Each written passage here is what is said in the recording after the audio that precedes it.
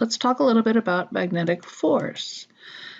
And we remember that the magnets have two poles, north and south, and those poles are surrounded by a magnetic field, and the field produces a magnetic force. And we're going to talk about the strength of that magnetic force at the pole as a pole strength and measure it in amp meters. So that's kind of a quick review to get us up to speed.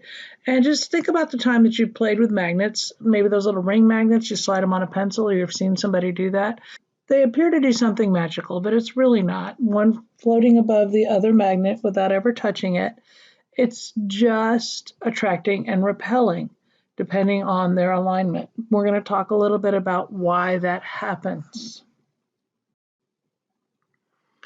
So Coulomb found that there was a force between the magnetic poles, and it is proportional to the strength of the poles and inversely proportional to the square of the distance between the poles.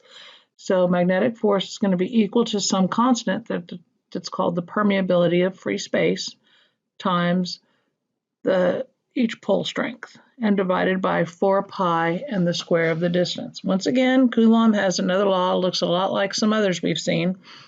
Makes you wonder if he went around looking for these.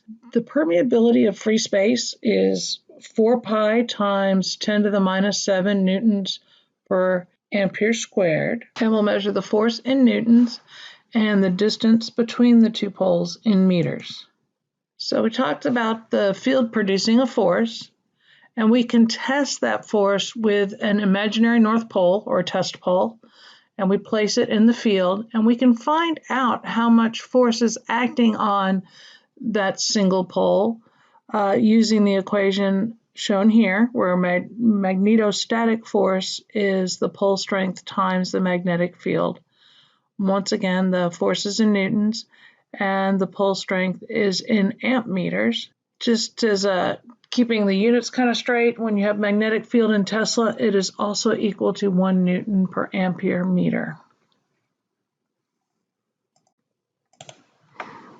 So when you place a compass in a magnetic field to tell what direction you're actually traveling in, the compass is going to align with the magnetic field of the Earth.